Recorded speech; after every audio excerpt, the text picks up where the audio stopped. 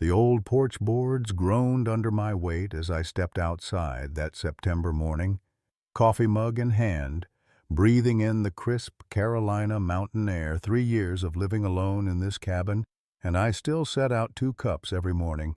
Old habits die hard, I reckon. Well, I'll be damned. There she sat, not 10 feet away, a raccoon mama, tears streaming down her masked face like a broken faucet.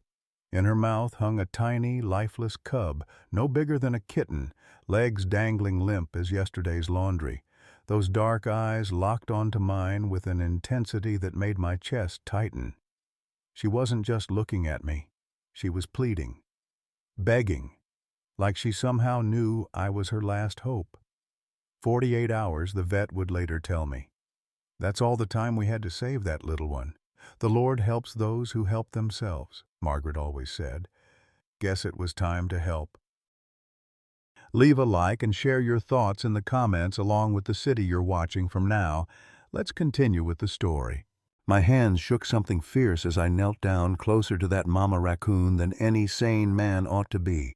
She didn't growl, didn't show her teeth, just laid that precious bundle down on my weathered porch planks and backed away, never taking those human-like eyes off me. "Easy there, Mama," I whispered, scooping up the tiny cub. Couldn't have weighed more than a pound, all ribs and matted fur. But when I pressed my ear close, there it was, the faintest whisper of breath, like a butterfly's wing against my cheek. The raccoon mama settled herself by my porch steps, sentinel still, waiting. I carried that little one inside, my cabin feeling smaller somehow with all this new life and death energy swirling around. The place looked exactly like it had for 3 years. Family photo turned face down on the mantel, calendar still stuck on September 2021, dust motes dancing in the morning light streaming through windows I rarely opened anymore. First things first.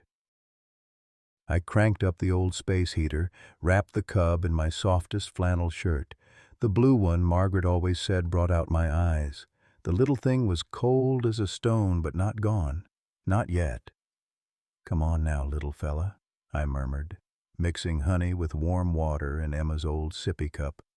"Don't you dare give up on me." 46 hours left, the clock ticking in my head like a time bomb. That's when things got peculiar. As I dripped honey water onto the cub's tiny pink tongue, he stirred just enough to nudge my wedding ring with his paw, deliberate-like, almost thoughtful. Then, bold as brass, he rolled over and knocked Emma's favorite stuffed raccoon off the coffee table, the one I'd hidden away 3 years ago because seeing it hurt too much. Ain't that something? The mama outside let out a soft, chittering sound, like she was talking to her baby through the walls. I glanced out the window and caught her staring right at me again, those eyes holding more wisdom than seemed natural for a wild creature. Storm clouds were gathering over the ridge, matching the ache building behind my sternum. I popped a nitro tablet under my tongue, same routine as every morning since the stress got the better of my ticker. But something felt different today. Maybe it was the way that little cub's breathing steadied in my hands, or how his mama trusted me with the most precious thing in her world. For the first time in 3 years, I had something to fight for besides just making it through another day. 45 hours and counting. Time to see what this old man was still made of. 3 years ago, on this exact date, September 15th, I woke up to Margaret humming in the kitchen, her voice floating through our little cabin like honey through warm biscuits. Emma was already up, chattering away about some nature documentary she'd watched the night before, her 10-year-old mind full of wonder about raccoons and their intelligence. "Daddy, did you know raccoons have hands just like us?" she'd said, spreading her small fingers wide. "And they remember people who are kind to them forever and ever." Margaret had laughed, that musical sound I'd give anything to hear again. "Forever's a long time, sweetheart." "Not long enough," Emma had replied with the wisdom only children possess. They were planning their mother-daughter trip to visit Margaret's sister in Tennessee, a small plane charter that would take them over the Smokies. I'd wanted to go, but work had me tied up with end-of-quarter reports. 27 years teaching high school English, and I couldn't take one damn day off when it mattered most. "You sure you don't mind us going without you?" Margaret had asked, wrapping her arms around my waist from behind as I stood at the kitchen sink. "Course not," I'd lied, already missing them. "You girls have fun. Take lots of pictures." Emma had bounced up to me then, still in her pajamas covered with little raccoon faces. "Promise me something, Daddy." "What's that, little star?" My pet name for her since she was small enough to hold in one hand. "Promise me you'll always help animals in need. They can't ask for help like people can." I'd ruffled her auburn hair, so much like her mother's. "I promise, sweetheart. Cross my heart." She'd hugged me tight, pressing her face against my chest. "I love you to the moon and back, Daddy." "To the moon and back, little star." By noon, they were gone. Margaret in her favorite yellow sundress, Emma clutching her stuffed raccoon, Mr. Bandit, she called him. They'd waved from the taxi window, Emma's face pressed against the glass, making silly faces until I couldn't see them anymore. The call came at 4:17 p.m. I remember the exact time because I was grading papers, red pen in hand, when the phone rang. Some FAA official with a voice like gravel explaining about sudden wind shear, mechanical failure, no survivors found. "Sir? Sir, are you there?" I dropped the phone, the words echoing in my head like stones rattling in an empty can. No survivors found. No survivors found. The funeral was a blur of casseroles and condolences, people saying things like, "They're in a better place," and "God needed more angels." Pastor Rivers had meant well, talking about God's plan and mysterious ways, but all I could think about was Emma's promise request and how I'd failed her already by letting them go. Margaret's last words to me had been, "The Lord works in mysterious ways, Samuel, even when we can't see His hand in things." But what kind of God takes a woman who volunteers at the animal shelter every weekend? What kind of plan requires a 10-year-old girl who dreams of becoming a veterinarian? The first year, I'd tried to maintain some semblance of normal. Kept teaching, kept going to church, kept pretending I wasn't dying inside. But normal felt like a lie when I'd come home to silence instead of Emma's chatter, when I'd reach for Margaret's hand in bed and find nothing but cold sheets. The second year, I'd retired early and moved out here to my grandfather's old hunting cabin. Told myself I needed space to grieve, to heal. Really, I just wanted to disappear. The third year, this year, I'd stopped pretending altogether, stopped going to town except for groceries, stopped answering the phone when Pastor Rivers called, stopped turning Margaret's picture right side up on the mantel because seeing her smile felt like betrayal when I couldn't remember how to smile myself. I'd become a ghost, haunting my own life, going through the motions but not really living. Coffee in the morning, stale sandwich for lunch, bourbon for dinner. Read a few pages of whatever book wouldn't remind me of them. Fall asleep in my chair, wake up with a crick in my neck and the TV showing static.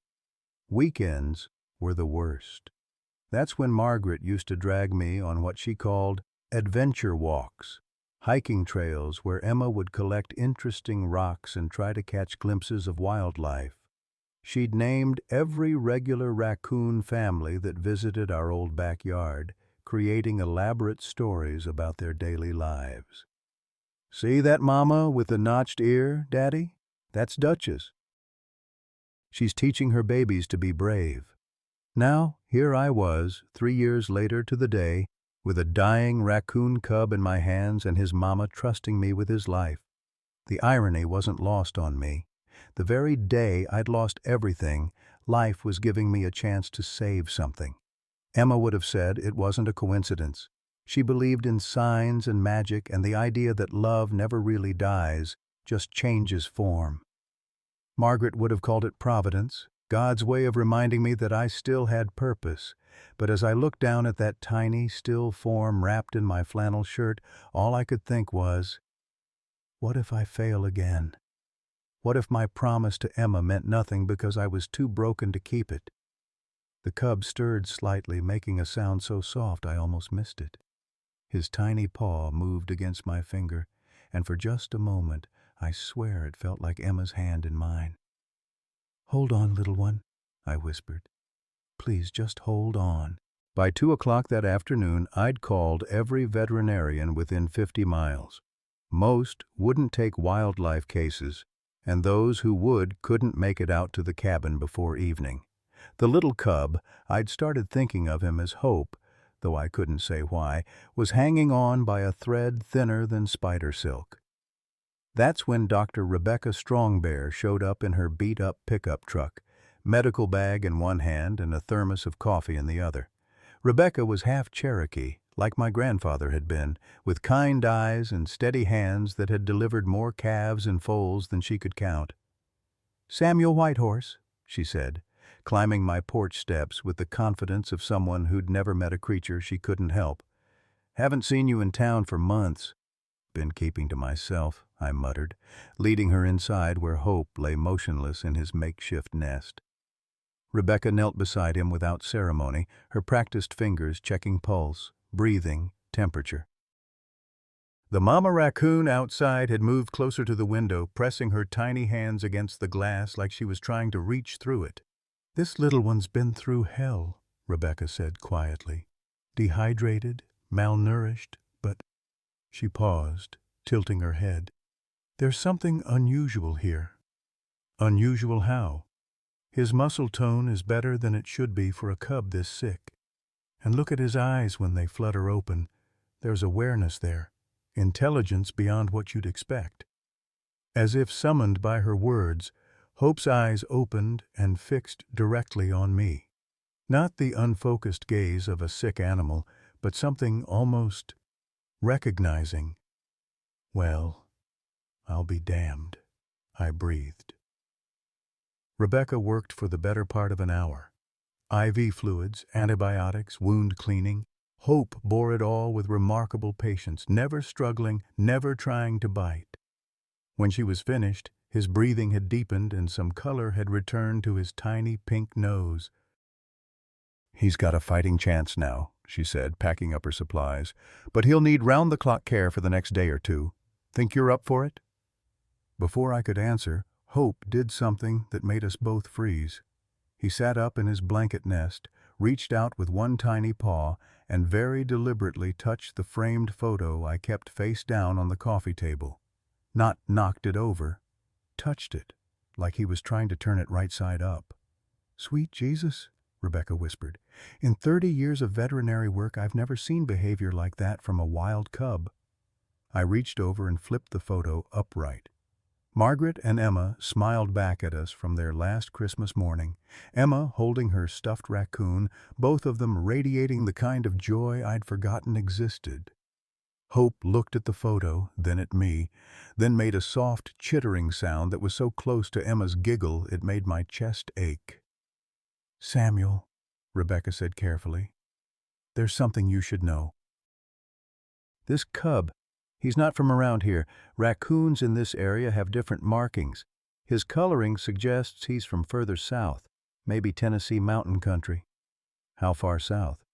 "Could be as far as the Smokies. 100 miles, maybe more." A chill ran down my spine. The plane crash had been over the Smokies. "That's impossible. How would a cub travel that far?" "I don't know, but I've seen stranger things in my time." She paused at the door. "Animals have ways of finding who they need to find. Call it instinct, call it providence. Doesn't matter what you call it. What matters is you're here when he needs you." After Rebecca left, I settled into the old recliner beside Hope's nest, watching his small chest rise and fall, 24 hours left on our deadline. The mama raccoon had moved to the porch swing, Margaret's old spot, and was keeping vigil from there. That's when Hope did something that stopped my heart cold. He crawled out of his blankets, moved with surprising steadiness to my bookshelf, and somehow managed to knock down one specific book, Emma's diary, the one I'd hidden away because reading it hurt too much. The little leather journal fell open to a page dated September 14th, 2021, the day before the crash. My hand shook as I read Emma's familiar handwriting. I had the strangest dream last night. There was a raccoon family, and the mama was crying because her baby was hurt. In my dream, I told her to find Daddy because he helps animals. I hope I have more dreams like that. They make me feel useful, even when I'm sleeping. The room seemed to tilt sideways. Hope looked up at me with those impossibly intelligent eyes, and for a moment, just a moment, I could swear I saw Emma looking back. "That's not possible," I said aloud, my voice cracking. "Animals don't. Dreams don't." But Hope had already moved on to his next impossible feat. He'd found his way to the kitchen, somehow opened the lower cabinet where I kept Emma's old art supplies, and dragged out a box of crayons. By the time I caught up with him, he was holding a red crayon in his tiny paws, making marks on a piece of paper. The marks weren't random, they were deliberate, purposeful. When he finished, I picked up the paper and nearly fell over. It was Emma's signature drawing, a simple house with 2 stick figures, one tall, one small, and a raccoon family playing in the yard. The same drawing she'd made hundreds of times, the same one that covered our refrigerator for years. "This isn't happening," I whispered. But even as I said it, I was thinking about something else Rebecca had mentioned. The cub's unusual intelligence, his markings suggesting he was from Tennessee, the timing showing up on the exact anniversary of the crash. Hope chittered softly and waddled over to the garage door, pawing at it insistently. "What is it, little one?" "What's out there?" I followed him outside, the mama raccoon trailing behind us like she belonged to our strange little parade. Hope led us straight to my old Chevy, the one I'd driven to the airport that day to see Margaret and Emma off. The truck I hadn't started in 6 months because looking at it reminded me of that last goodbye. Hope climbed underneath the front bumper and emerged with something in his mouth, a piece of twisted metal I'd never noticed before. It was painted blue and white, with partial letters visible. N47. My blood turned to ice water. N4738G. That had been the tail number of the plane that crashed in the Smokies 100 miles from here. "How?" I breathed, but Hope was already moving again, leading us back inside. This time he went straight to the kitchen drawer where I kept important papers, somehow managing to open it and pull out a manila folder. Inside were the official crash reports, the ones I'd requested but never had the courage to read completely. Hope sat on top of one specific page, refusing to move until I picked it up. It was a witness statement from a hiker who'd seen the crash. The plane had gone down near a remote area known for its wildlife preserves. The statement mentioned seeing unusual animal activity in the days following the crash. Families of raccoons moving north in large groups as if fleeing the area, as if they were carrying something precious with them. My legs gave out and I sank into a kitchen chair, staring at this impossible little creature who'd somehow traveled 100 miles to find me on the anniversary of my greatest loss. "Emma?" I whispered, feeling foolish but unable to stop myself. Hope looked up at me with those wise, knowing eyes and made the soft, chittering sound again. The same sound Emma used to make when she was thinking hard about something. Outside, thunder rumbled across the mountains, and I realized our 24 hours might be running out faster than I'd thought. I spent the next few hours trying to convince myself I was losing my mind. Grief could do that to a man, make him see connections that weren't there, find meaning in coincidence. But when Hope woke from his nap and immediately went to Emma's toy chest, pulling out her old veterinarian kit and arranging the plastic tools in a perfect line, I knew something was happening that couldn't be explained away. The storm outside was getting worse, rain lashing against the windows like nature's own countdown timer. 18 hours left, according to Rebecca's estimate. Hope seemed stronger, but every time lightning flashed, he'd curl up against my chest like he was afraid of being taken away. That's when I heard the car coming up the gravel drive. Through the rain-streaked window, I could see Officer Maria Santos climbing out of her patrol car, followed by a man I didn't recognize, middle-aged, Latino, wearing a rumpled suit that had seen better days. The mama raccoon on the porch stood up, agitated, chattering warnings to her baby inside. "Mr. Whitehorse?" Officer Santos knocked firmly. "I'm sorry to bother you, sir, but we need to talk." I opened the door, Hope cradled in my arms like a human infant. The stranger beside Maria looked like he'd been hit by a freight train. Hollow eyes, trembling hands, the bearing of a man carrying weight he'd never be able to set down. "This is Bobby Chen," Maria said quietly. "Mr. Chen, this is Samuel Whitehorse." The name hit me like a physical blow. Bobby Chen, the drunk driver from 3 years ago. The man whose reckless decision had torn my world apart when he crashed into the airport shuttle that was supposed to pick up Margaret and Emma. They'd had to take a taxi instead, getting to the airport later, catching the last charter flight of the day instead of the earlier, safer commercial flight they'd originally planned. "You," I breathed, my vision tunneling. Hope sensed the change in my body, pressing closer, making soft, worried sounds. Bobby Chen stepped forward, rain dripping from his hair. "Mr. Whitehorse, I know who you are. I know what my actions cost you. I've been sober for 3 years now, and I've spent every day trying to find a way to make amends." "Make amends?" The words came out like a snarl. "You want to make amends for killing my wife and daughter?" "Sam," Maria said carefully, "Mr. Chen has something to tell you. Something about the accident." "I've heard enough about the accident." "Please," Bobby said, his voice breaking. "I know I have no right to ask anything of you, but there's something you need to know. About the license plate fragment you called in this morning." My blood went cold. I hadn't called in any license plate fragment. I glanced down at Hope, who was looking between me and Bobby with those impossibly knowing eyes. "Rebecca must have called it in," Maria explained. "She was concerned about how that metal piece got under your truck. Mr. Chen's been working with our department on a victim services program, and when your name came up—" "I know this is going to sound crazy," Bobby interrupted, tears streaming down his face. "But I think that little raccoon led us here. I've been visiting the crash site every year on the anniversary, leaving flowers, praying for forgiveness. This morning I saw a raccoon family there. The mama looked right at me, then started walking north. I followed her for miles, thinking she might be injured or confused."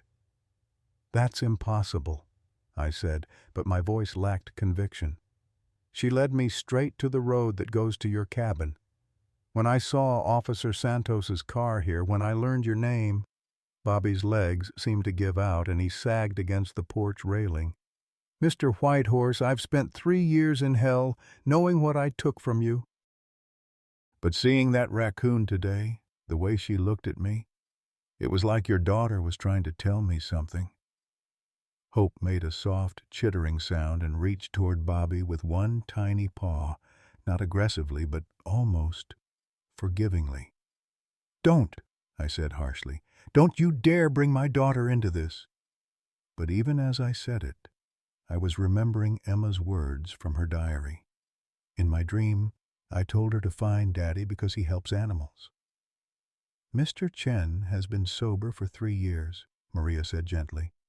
He started a foundation that provides support for families affected by drunk driving accidents. The Chen Foundation has helped over 200 families with funeral expenses, counseling, legal fees. "I can't undo what I did," Bobby said, his voice barely audible over the rain. "But I've tried to honor the lives I destroyed by saving others. I know it doesn't bring them back. I know it doesn't ease your pain. But I hoped maybe if you knew that some good had come from something so terrible." Lightning flashed again, and Hope pressed his face against my neck, making the same comforting sound Emma used to make when I was upset about work or life's little frustrations. "I don't want your money," I said coldly. "I'm not offering money. I'm offering help. That little one in your arms, he needs surgery. Specialized care that costs more than most people can afford. I have connections with wildlife rehabilitation centers, veterinary schools. I can make sure he gets everything he needs." "Why?" The question tore out of me. "Why would you help me?" Bobby looked at Hope, then back at me. "Because 3 years ago, I killed the most important people in your world. Today, maybe I can help you save the most important creature in his world." He nodded toward the mama raccoon, who was watching us with heartbreaking intensity. "And because," he added, his voice cracking, "I think your daughter would want me to." The silence stretched between us, broken only by rain and Hope's soft breathing. I thought about Emma's promise request, about her belief that love never really dies. I thought about Margaret's faith in mysterious ways and second chances. "The foundation helps animals too," Maria added quietly. "Bobby's been funding wildlife rescue operations throughout the state. He's genuinely changed, Sam."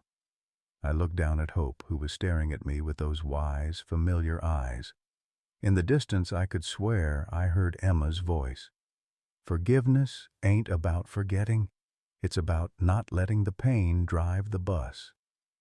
But that was Margaret's voice, not Emma's. Margaret, who always believed people could change. Margaret, who would have found a way to forgive even this. "I need time to think," I said finally. Bobby nodded, understanding. "That's more than I deserve.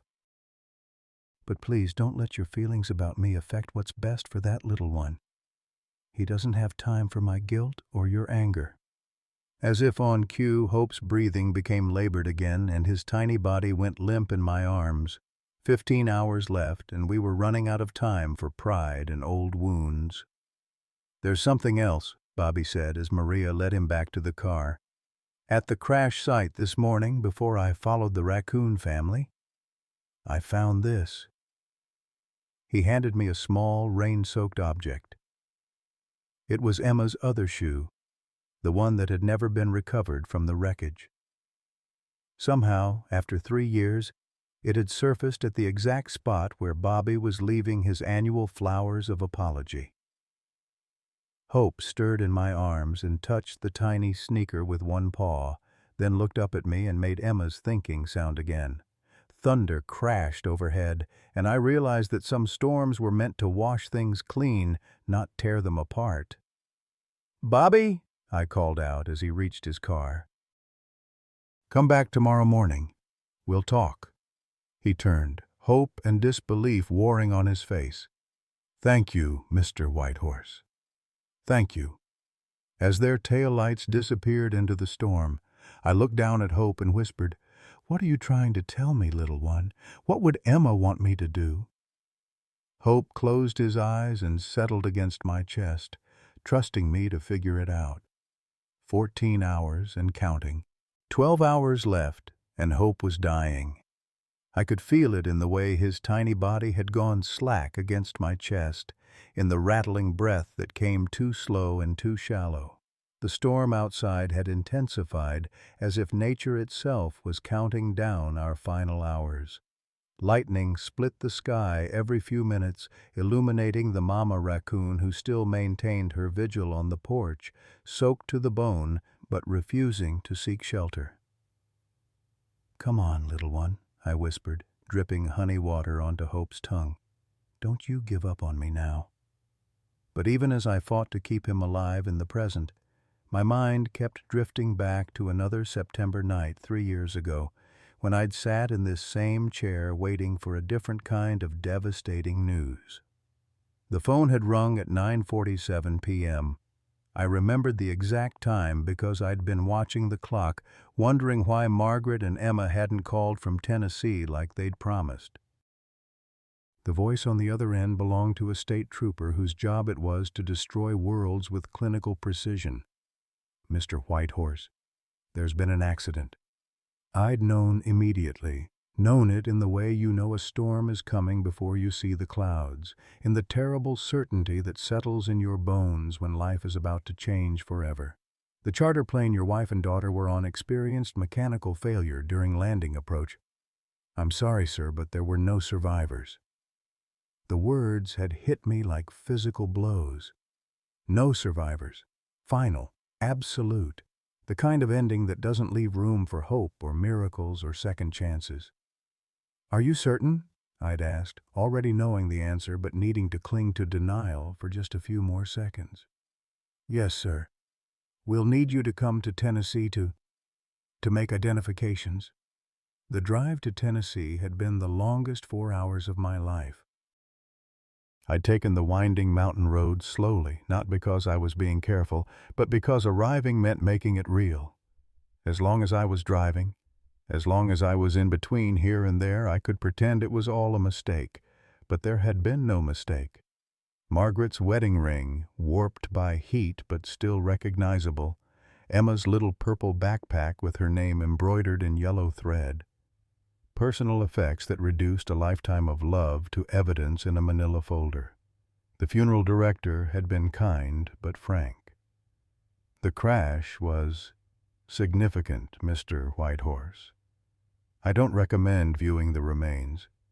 Better to remember them as they were. So I'd buried empty caskets and tried to pretend that gave me closure. But how do you say goodbye to people you never got to see one last time? How do you forgive yourself for the words left unsaid, the hugs never given? The guilt had been the worst part. If I'd insisted on going with them, if I'd talked them out of the trip, if I'd been a better husband, a better father, maybe they would have stayed home that weekend. Maybe they'd still be alive. Why didn't I stop them?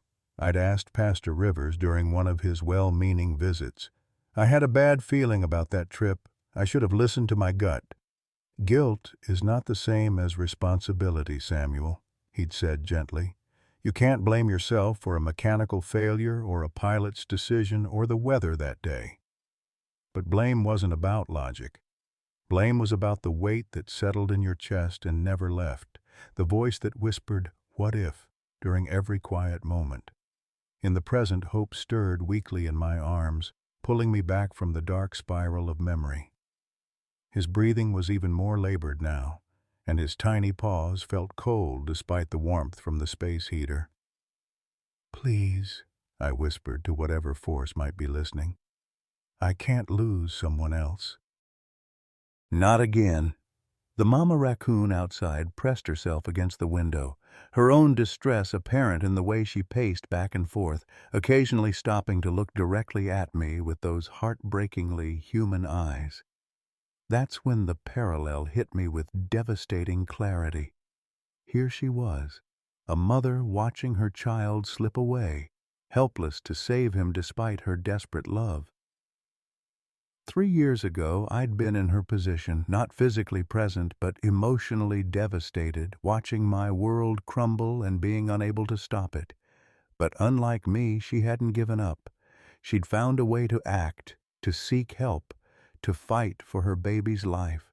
She'd overcome every instinct that told her to fear humans and instead chose to trust. She'd made herself vulnerable because love demanded courage, even when courage felt impossible. "You're braver than I ever was," I told her through the glass. She tilted her head as if she understood, then looked pointedly at Hope and back at me. The message was clear. Keep fighting. I carried Hope to the kitchen and tried once more to get fluids into him, but this time he couldn't swallow. His little body was shutting down, systems failing one by one.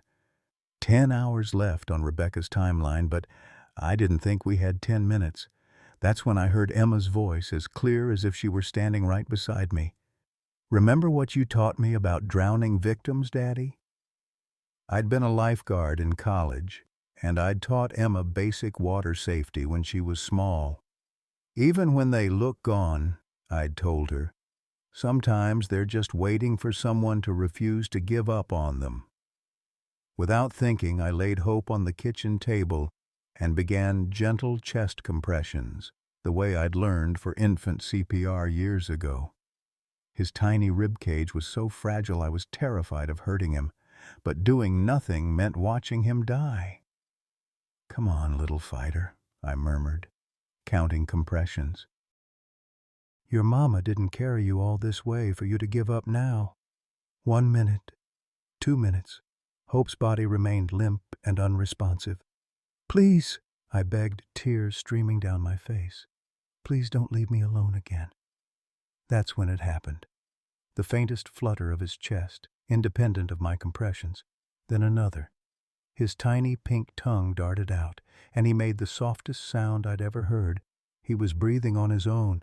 I scooped him up, laughing and crying at the same time. "That's it, little one. That's my boy."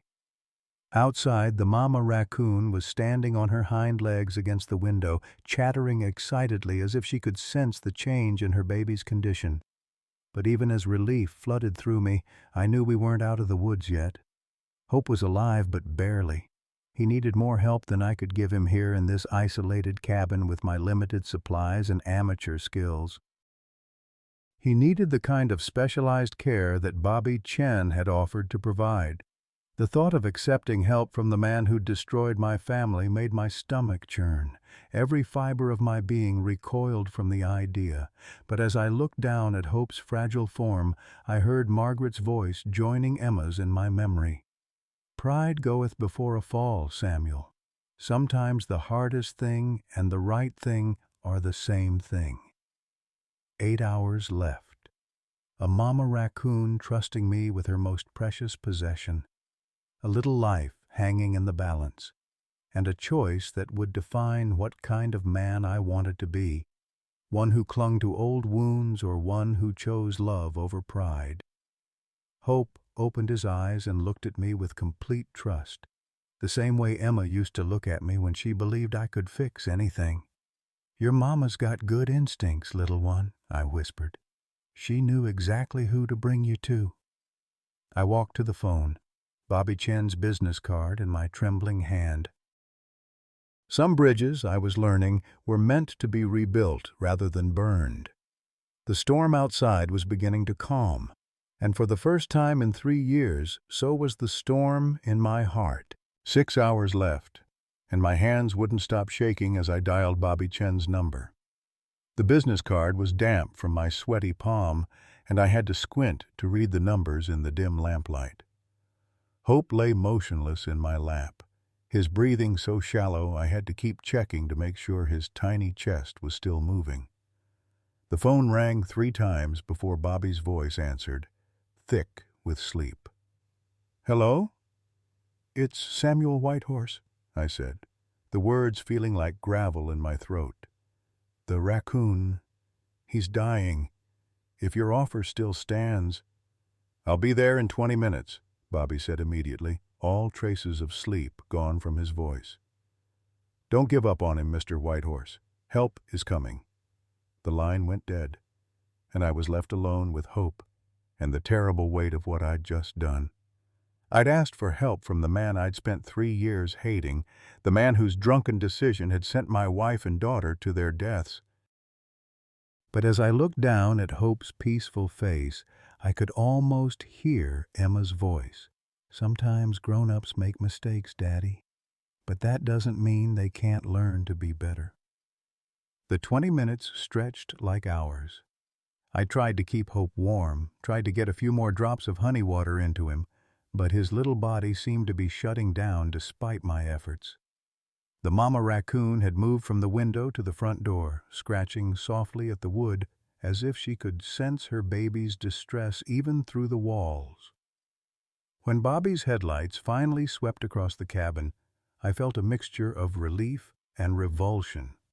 He burst through the door without knocking, a large medical bag in one hand and what looked like a portable oxygen tank in the other. "How is he?" Bobby asked, immediately kneeling beside my chair. "Barely hanging on," I admitted, surprised by how calm my voice sounded. "He stopped breathing about an hour ago, but I got him back." Bobby's hands moved with surprising expertise as he examined Hope, listening to his heartbeat with a tiny stethoscope, checking his temperature, testing his reflexes. "I've been working with wildlife veterinarians for 2 years," he explained without looking up. "Part of my penance, I guess you could call it." The word hung in the air between us like a living thing. Penance. As if anything could balance the scales of what he'd taken from me. "The nearest wildlife emergency clinic is 40 minutes away," Bobby continued, setting up the portable oxygen system with practiced efficiency. "But I called ahead. Dr. Martinez is waiting for us. She's one of the best in the state." "Us?" I said sharply. Bobby looked up, his eyes meeting mine for the first time since he'd arrived. "I know I have no right to ask this, but would you come with me? He knows you. He trusts you." Sometimes that makes all the difference. I wanted to say no. Every instinct screamed at me to hand Hope over and send Bobby away, to never see his face again.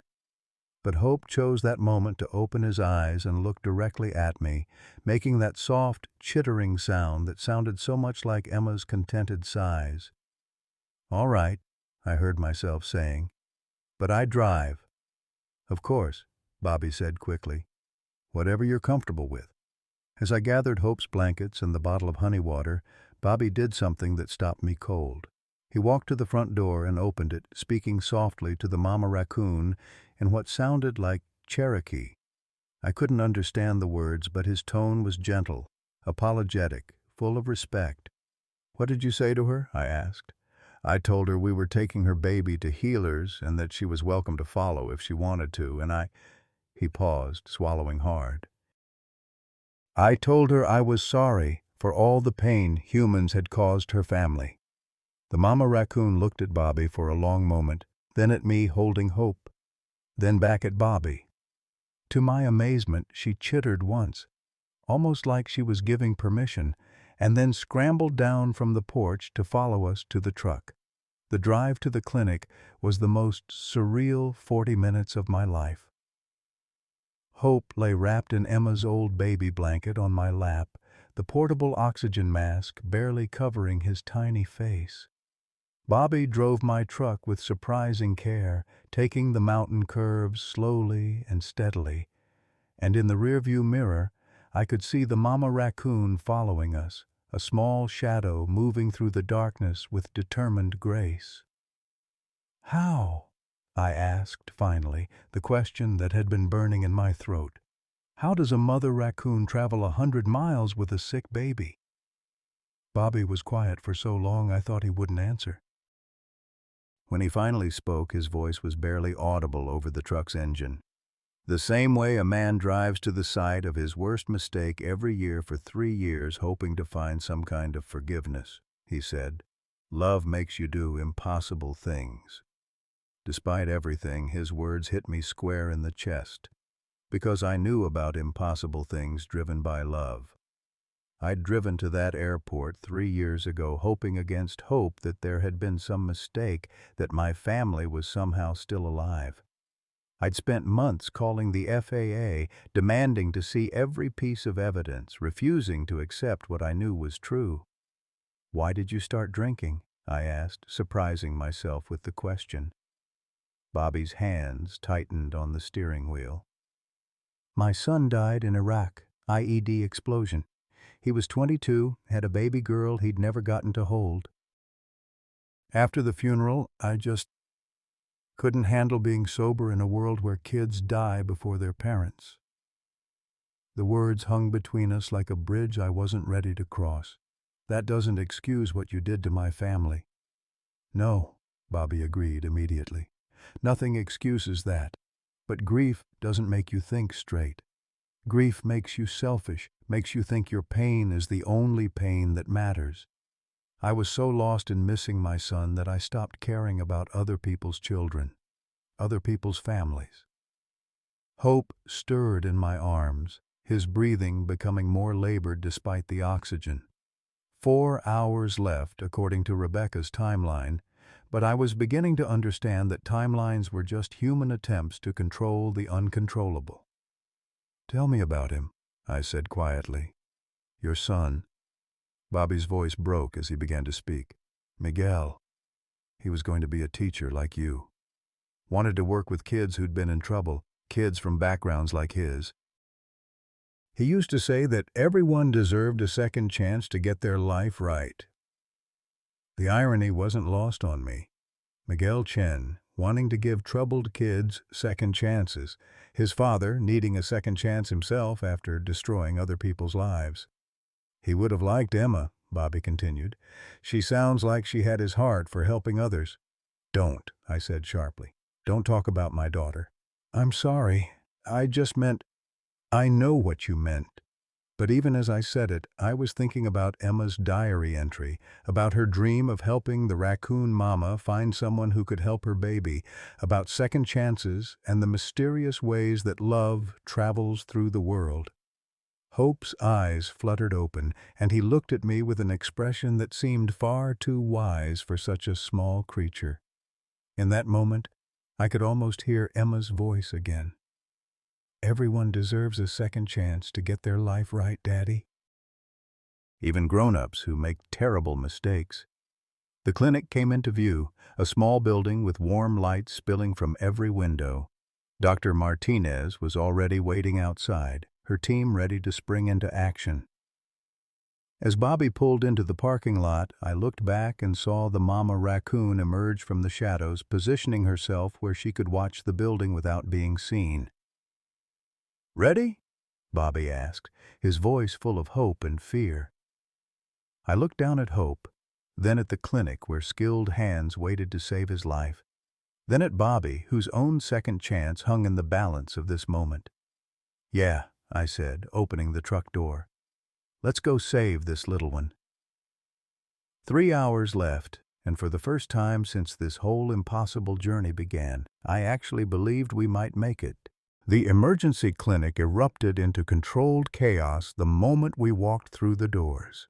Dr. Martinez, a compact woman with silver hair and steady hands, took Hope from my arms with the practiced efficiency of someone who'd saved countless lives.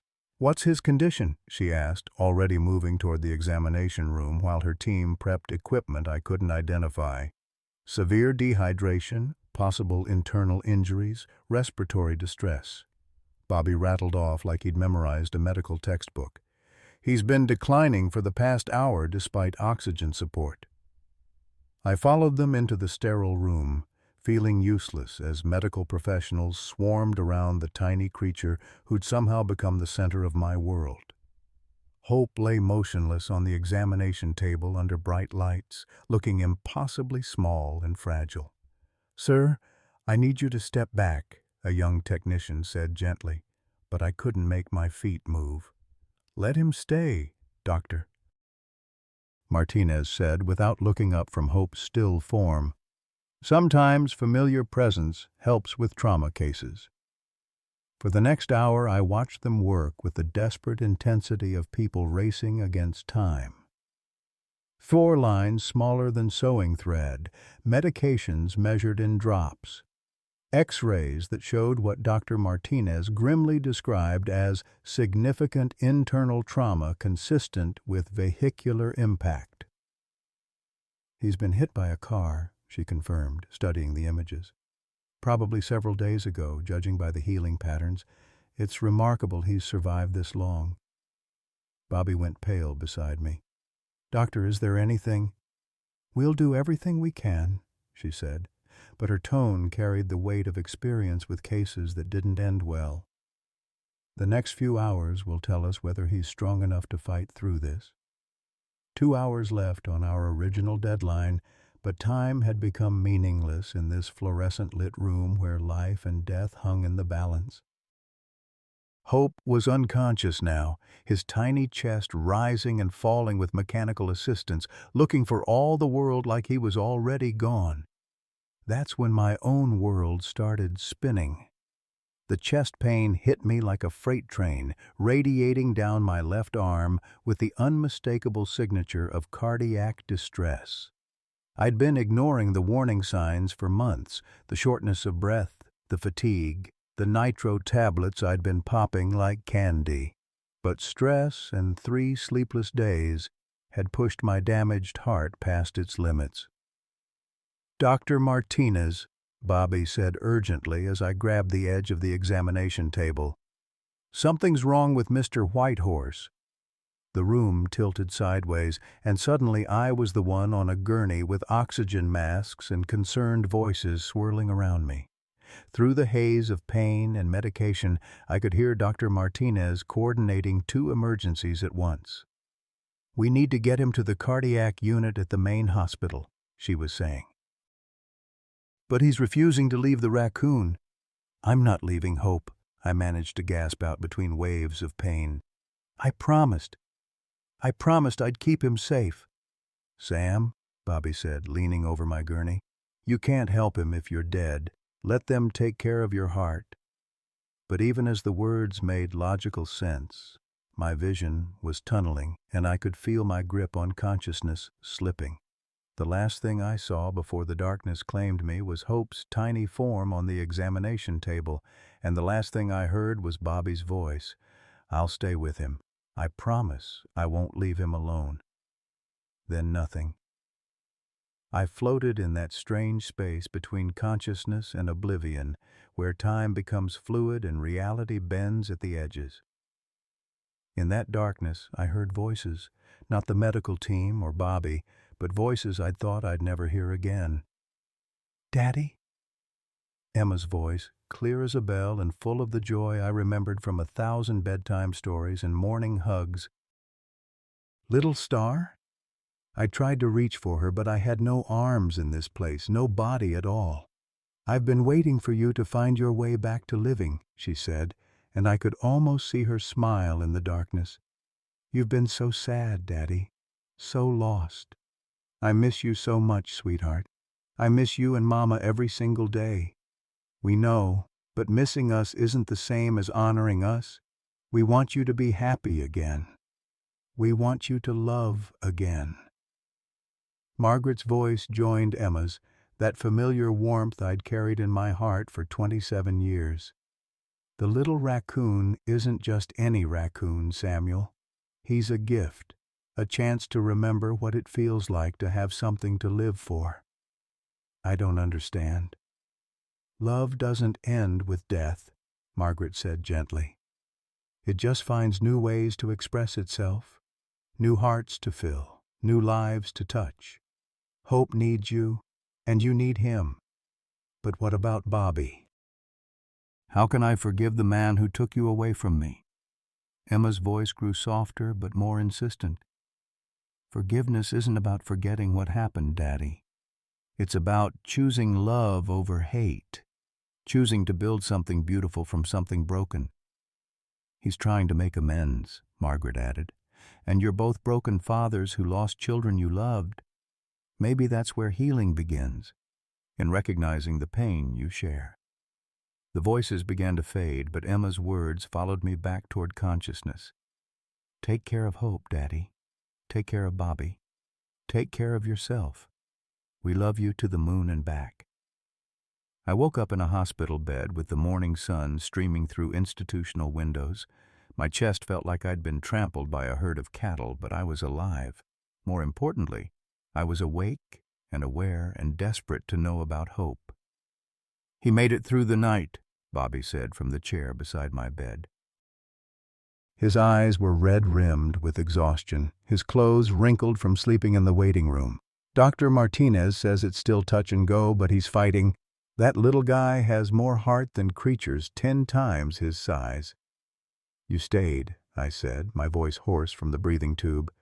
"I promised I would, and I don't break promises anymore." Bobby stood up, stretching muscles that had cramped from hours in an uncomfortable chair. "There's something else. The mama raccoon. She's been sitting outside the clinic all night. Won't leave. Won't eat. Just watching the building like she knows her baby is inside. Through the hospital window, I could see the veterinary clinic across the parking lot. Sure enough, there was a small dark shape positioned near the entrance, motionless as a statue. She trusts us, I said, the realization hitting me with surprising force. A wild animal is trusting humans to save her baby. After everything that's happened to her, after humans hurt her family, she still chose to believe in kindness. Bobby nodded, understanding the deeper meaning. Sometimes trust is the bravest thing you can do. Sometimes it's the only thing that can save you. A nurse came in to check my vitals, followed by Dr. Martinez with an update on Hope's condition. He's stable, she reported. Still critical, but his vital signs have improved overnight. I think he's going to pull through this. Can I see him? I asked, already trying to sit up despite the protests from my chest. In a wheelchair, she said firmly. Your heart needs rest, but I think seeing him might be good for both of you. 20 minutes later, Bobby was pushing my wheelchair into the recovery area where Hope lay in a small incubator, looking impossibly tiny but undeniably alive. His eyes opened when he heard my voice, and he made that soft, chittering sound that had become as familiar as a heartbeat. Hey there, little fighter, I whispered, reaching through the incubator's opening to touch his head with one finger. You scared us pretty good. Hope pressed his tiny paw against my finger, and in that moment, I felt something shift inside my chest. Not the damaged heart muscle, but something deeper, something that had been frozen for 3 years was finally beginning to thaw. Mr. Whitehorse, Bobby said quietly. I know this isn't the time or place, but I need to say something. I looked at him. This man who'd destroyed my world and then spent the night keeping watch over the creature that was slowly putting it back together. I can't give you back your wife and daughter, he continued, his voice thick with emotion. I can't undo the choice I made 3 years ago, but if you'll let me, I'd like to help you build something new. Something that honors their memory while giving you a reason to keep living. Hope stirred in his incubator, opened his eyes, and looked directly at Bobby. Then, impossible as it seemed, the little raccoon reached out one tiny paw toward the man who'd caused so much pain. Sometimes forgiveness arrives not as a conscious decision, but as a recognition that holding on to hurt requires more energy than letting it go. Sometimes it comes disguised as a dying raccoon who teaches 2 broken men that healing is possible, even when it seems impossible. All right, Bobby, I said, my voice barely a whisper. Let's see what we can build together. Outside the clinic, Hope's mama sat vigil in the morning sun, still waiting, still believing that love could work miracles. And for the first time in 3 years, so did I. 1 week later, I was sitting on my front porch watching Hope take his first tentative steps across the wooden planks. His recovery had been nothing short of miraculous. What Dr. Martinez called the kind of healing that defies medical explanation, but happens often enough to keep us humble. The little raccoon moved with careful deliberation, testing each step like he was relearning how to trust the world beneath his feet. Spirit, as I'd finally started calling his mama, sat nearby in the rocking chair that had once been Margaret's favorite spot. The sight of a wild raccoon contentedly grooming herself while keeping one eye on her baby would have struck me as impossible just a week ago. Now it seemed as natural as breathing. You sure you're ready for this? Bobby asked, climbing the porch steps with a toolbox in one hand and building plans in the other. Over the past week, he'd become a constant presence at the cabin, initially helping with Hope's care but gradually expanding his role to include what he called practical penance. The plans spread across my kitchen table showed designs for a wildlife rehabilitation center that would occupy the cleared acre behind my cabin. Nothing fancy, but functional. recovery spaces for injured animals, a small surgical suite, housing for long-term residents who couldn't be released back to the wild. "I've never been more sure of anything," I said, and meant it. "Emma always dreamed of helping animals. This feels like keeping a promise I made to her." Bobby nodded, understanding the weight of promises made to daughters who couldn't hear them anymore. His own journey through grief had taught him that honoring the dead sometimes meant living more fully than you'd ever imagined possible. Pastor Rivers had visited the day before, ostensibly to check on my recovery, but really to marvel at the changes in me. "Samuel Whitehorse," he'd said with genuine amazement, "you've got color in your cheeks again, life in your eyes. It's been a long time since I've seen you look like you belonged in your own skin." He was right. For 3 years I'd been a ghost haunting my own existence, going through the motions, but not really living. Hope's arrival had changed something fundamental, reminded me that love wasn't just about holding on to what you'd lost. It was about opening your heart to what you might find. The screen door creaked, and Rebecca Strongbear emerged with a mug of coffee and the satisfied expression of a veterinarian whose most challenging case had become her greatest success story. "That little one's gained almost half a pound," she reported, settling into the chair beside me. "His reflexes are perfect. His appetite is excellent, and his intelligence level—" She shook her head in wonder. "I've never seen anything like it in a wild raccoon." Hope heard his name and waddled over to me, climbing up my leg with the confidence of a creature who knew he was loved. He settled in my lap and immediately began examining my shirt pocket, where he'd learned I kept small treats. "Smart as a whip," I said, scratching behind his ears. "Yesterday he figured out how to open the child-proof cap on my pill bottle. Had to move all my medications to higher shelves." "Speaking of medications," Rebecca said with the tone of a doctor who wasn't entirely pleased with her patient, "how are you feeling? Really feeling?" The truth was, I felt better than I had in years. The cardiologist had prescribed new medications and a strict regimen of rest and gradual exercise. But more importantly, I had something to get up for each morning. Purpose, Margaret would have called it. The kind of meaning that makes healing possible. "I'm good," I said. "Better than good. For the first time since Margaret and Emma died, I'm actually looking forward to tomorrow." Bobby looked up from the foundation stakes he was measuring. "The Chen Foundation Board approved the full funding proposal yesterday. We can break ground on the rehabilitation center next week, have it operational by spring." The irony wasn't lost on any of us.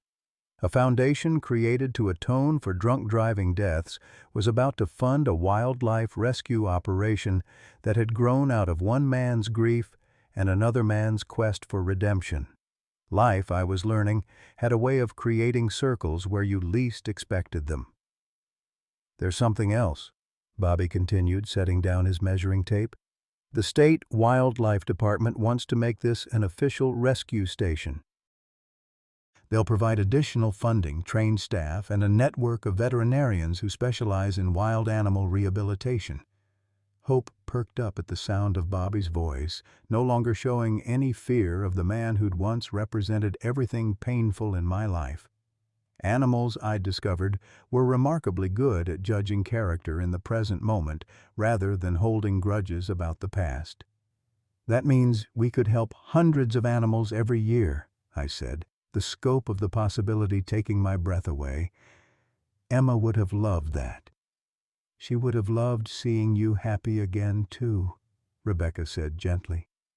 "I knew your daughter, Sam, brought her class to my clinic for educational visits. That little girl had the biggest heart and the strongest will of any child I've ever met. She wouldn't want you spending your life mourning her. She'd want you living in a way that honored what she believed in." Spirit chose that moment to climb down from the rocking chair and approach me directly, something she'd never done before. She looked at me with those impossibly intelligent eyes, then at Hope in my lap, then back at me. Very deliberately, she reached out one small paw and touched my hand. Well, I'll be damned, Bobby breathed. I think she's giving you her blessing. The gesture was so human, so clearly intentional, that it brought tears to my eyes. This wild mother who'd traveled impossible distances to save her baby was now trusting me not just as a temporary caregiver, but as a permanent part of her family's life. Thank you, I whispered to her, though I wasn't sure if I was thanking her for trusting me with hope or for showing me that love could survive the worst kinds of loss. Over the following months, the rehabilitation center took shape with remarkable speed. The local community, inspired by the story of the raccoon mama who'd found help for her baby, rallied around the project with donations of time, materials, and expertise. The story had somehow spread. Bobby suspected Rebecca had something to do with it, and soon we were receiving visitors from across the state who wanted to see the miracle raccoon and learn about our rescue operation. But the real miracle wasn't Hope's recovery, or the rehabilitation center, or even the unlikely friendship that had developed between Bobby and me. The miracle was simpler and more profound than that. I was alive again, not just breathing and going through motions, but actually living with purpose and joy and anticipation for what each new day might bring. Hope had grown into a confident, intelligent young raccoon who showed no inclination to return to a fully wild lifestyle. He'd claimed the cabin as his territory, the rehabilitation center as his workplace, and me as his chosen family. Spirit visited daily, often bringing other injured animals she'd found in the forest, as if she'd appointed herself as the official talent scout for our operation. On quiet evenings, I'd sit on the porch with Hope curled up beside me and Spirit keeping watch from her favorite rocking chair. And I'd feel Margaret and Emma's presence as clearly as if they were sitting right there with us. Not in any supernatural way, but in the simple reality that love doesn't end with death. It just finds new expressions, new recipients, new ways to make the world a little better than it was before. Family ain't always blood, I told Hope one evening as the sun set over the mountains. Sometimes it's who shows up when you need them most. Sometimes it's who trusts you with their most precious treasures. Sometimes it's who teaches you that broken hearts can still love, maybe even love better, because they understand how precious and fragile love really is. Hope chittered softly and pressed closer to my side, while Spirit watched approvingly from her chair. In the distance I could hear the sounds of other rescued animals settling in for the night. A barn owl with a healing wing, a family of opossums recovering from a car encounter, a fox kit who'd been orphaned but would soon be ready to return to the wild. Each of them represented a promise kept, a life saved, a small victory against the forces that would damage or destroy the vulnerable creatures of this world. Each of them was a way of honoring Emma's memory while building something beautiful from the ashes of loss. As darkness settled over our unlikely family, I said a prayer of gratitude for raccoon mamas who refused to give up, for second chances that arrived disguised as tragedy, and for the mysterious ways that love finds to heal even the most broken hearts. Tomorrow would bring new challenges, new animals in need, new opportunities to make a difference. But tonight, surrounded by the family I'd never expected to find, I was exactly where I belonged. Home. Sometimes life breaks us so completely that we think we'll never find our way back to joy. Like Samuel, many of us carry the weight of profound loss, whether it's the death of a spouse, children who've moved away, dreams that didn't come true, or simply the loneliness that creeps in during our golden years. But Samuel's story reminds us that healing often arrives in the most unexpected packages.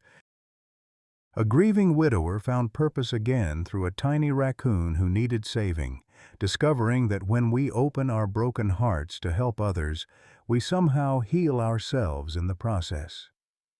The beautiful truth is that it's never too late to build a new kind of family, to find fresh meaning, to forgive old wounds, and to create something meaningful from our pain. Samuel thought his story ended with tragedy, but it was really just beginning a new chapter, one filled with unlikely friendships, daily purpose, and the kind of deep contentment that comes from knowing your life matters. Your next chapter is waiting too. Love doesn't end with loss. It just finds new ways to bloom. What unexpected source of hope or healing have you discovered during a difficult season of your life? Have you ever found that helping others in need became a pathway to your own healing? Share your story in the comments below. Your experience might be exactly what someone else needs to hear today.